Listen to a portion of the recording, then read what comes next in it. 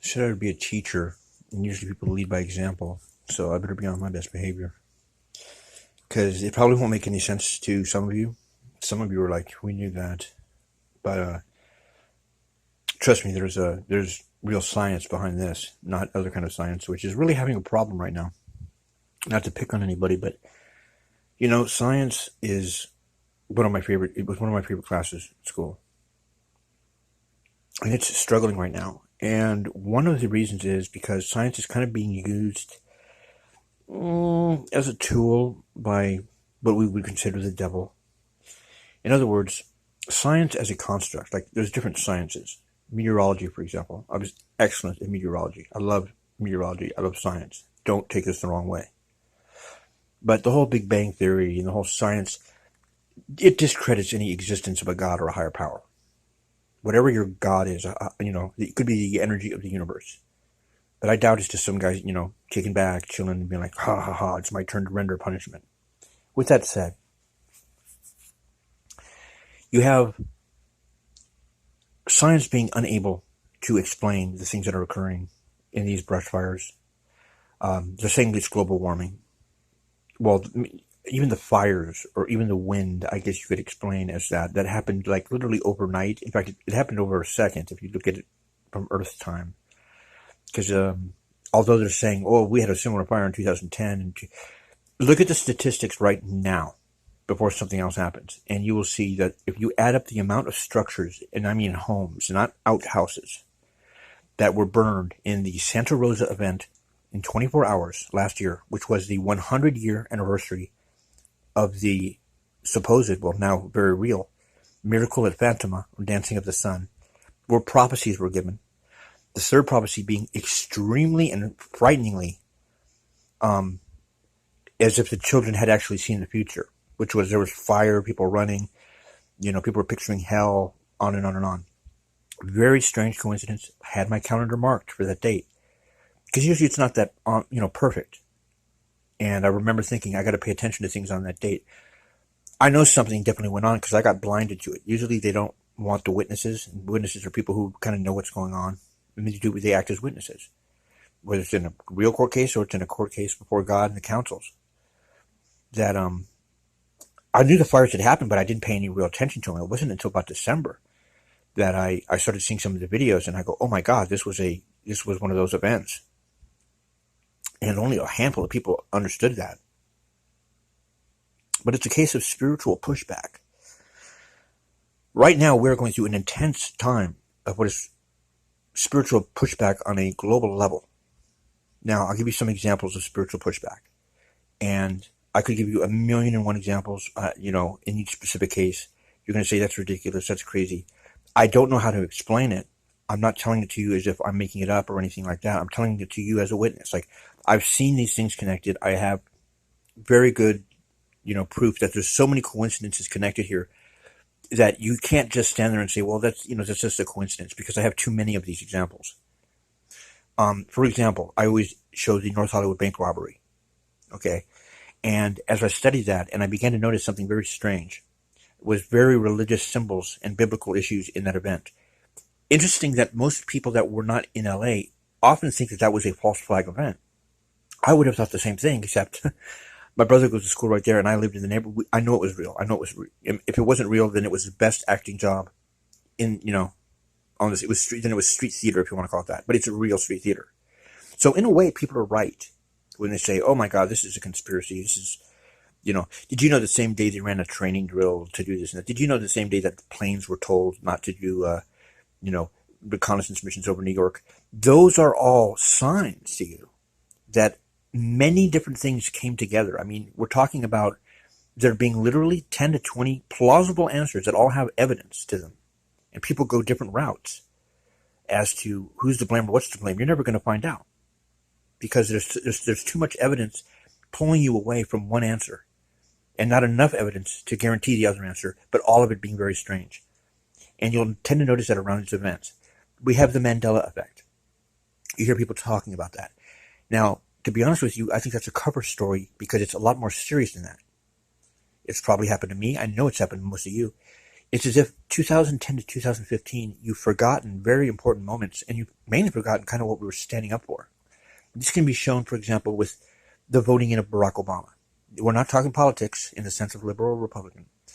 We're talking about a huge milestone in this country where we voted in a black man as president. Okay? And it was a pretty, guaranteed election. You know what I mean? People were bitter about it and upset about it. But you have to be proud that something that America wasn't going to do, and we should have gotten out of the way a long, long time ago, this issue with race, finally kind of got a little bit overcome right there.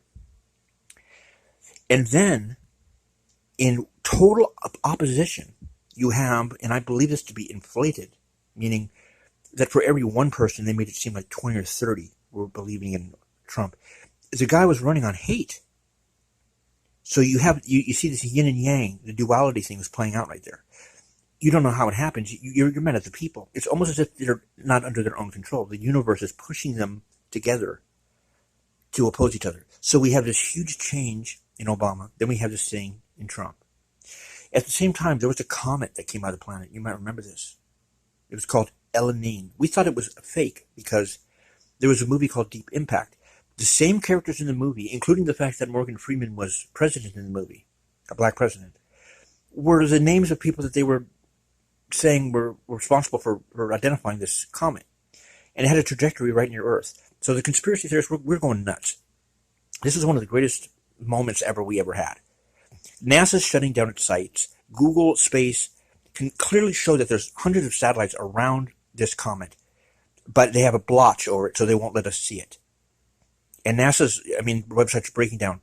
I remember there being debunkers online that were reversing their stance and saying, look, I don't know, people, what's going on here, but this one's for real. A NASA site even popped up. I could show it to you, where it actually has El Niño written on the NASA page. It's a nasa.org page, and it shows a giant X, like just south of Alaska. And everyone's like, oh my God, dude, they know it's going to hit the planet. Now, we really never thought it was going to hit the planet. We knew there was something funny going on. But all these things were weird. It was going to pass by the sun on guess what day? 9/11. On 9/11, this comet El Niño, and the guy that discovered it is named El Niño. He's a Russian guy. He's a real person. There was an interview with him. I guess they could have fabricated him. But, we're getting pretty elaborate at that point. Then, President Obama, he did the first emergency announcement over all the cell phones and the TV thing. Remember, it didn't work out? And that was on 11/9. And that was the day that El Niño came closest to the planet Earth. And so everyone's like, dude, it's a real thing. It's not a drill. It's a real thing, not a drill. Now, what's so amazing is you had Trump do the same exact thing Obama did. It didn't work that well. The emergency system didn't test well. I don't know if you guys remember that. Go to YouTube and type in November 9th, 2011, and you'll see that the whole country had a test, just like they did a few weeks ago. And the funny thing is, look at the day Trump got elected into office, on 11/9. So the El Niño thing, you see how things are working out like that? See, these are the secrets that they talk about, people know about, and people abuse those to guarantee themselves to make a lot of money. I have never even looked at it that way. And I'm like, well, I shouldn't be telling people about this. And they've told me, look, the funny thing is people who should be listening to you are not. And the people that you don't want listening to you, they know you're not crazy. They know that you're giving out the information. And they're probably pissed at it, but at some point they're realizing the guy that, whatever gave us that information, we better be quiet because this guy that's talking clearly is getting the information from the source. We don't want to piss off the source. It's kind of how it goes. So I'm in that weird middleman position. All right, the North Hollywood bank robbery. Okay, that was spiritual pushback for the Rodney King event and the police brutality. How do you figure? No, that one's easy. The street he died on was Archwood.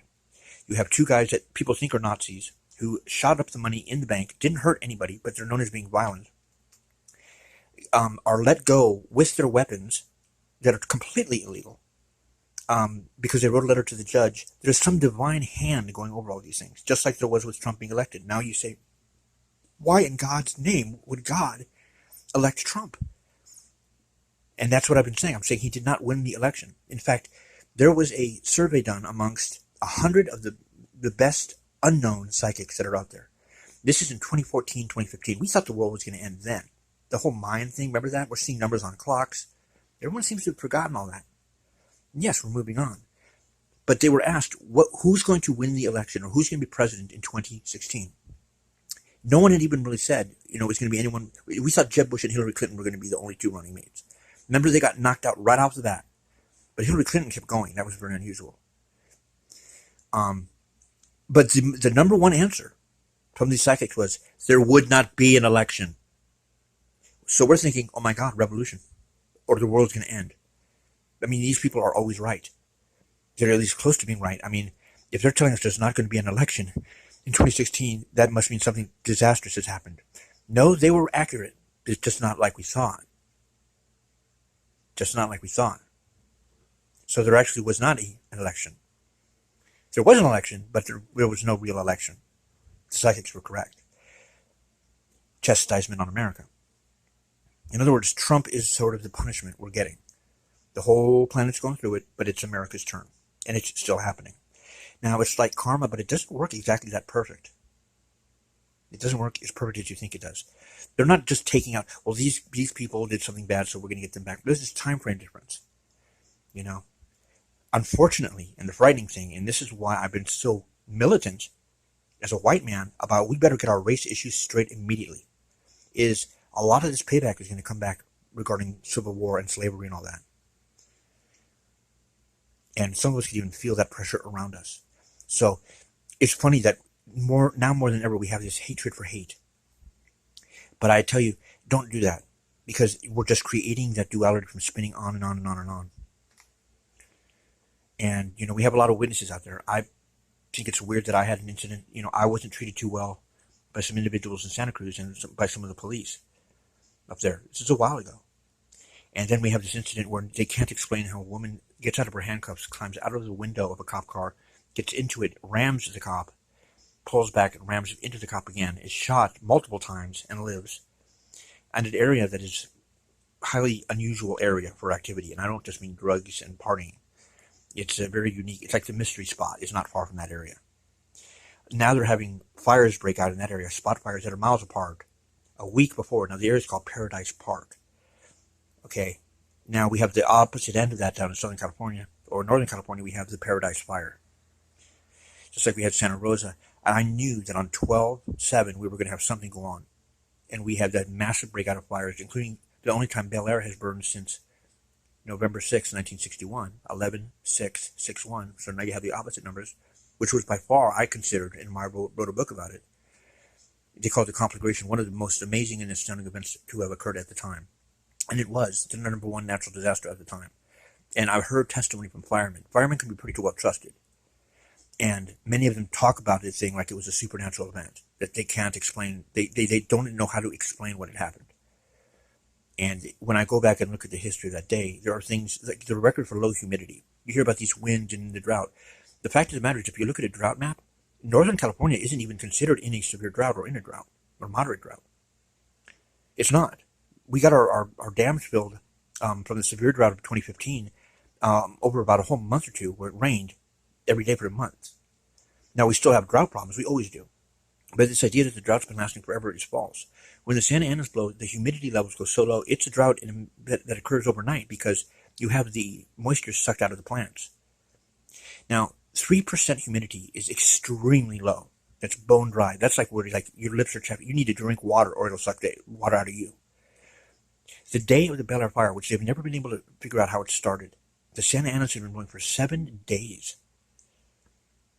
And they registered a 3% humidity at Van Nuys Airport, which is only a mile or two away from where the fire started.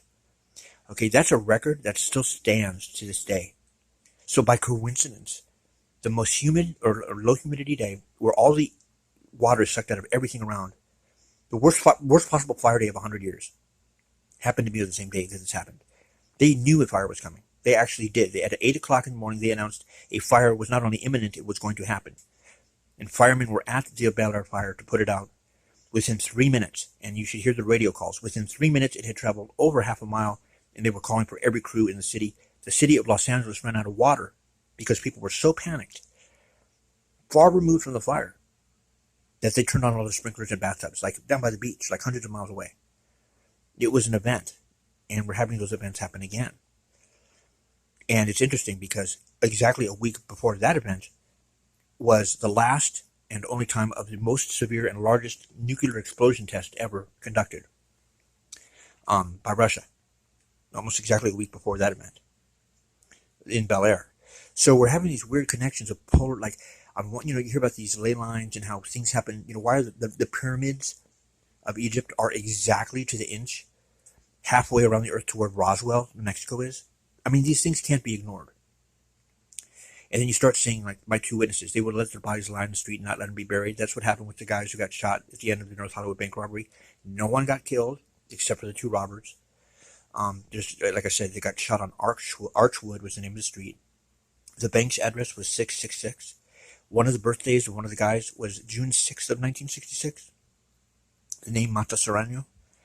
I mean, man of the mountain and killer in Spanish.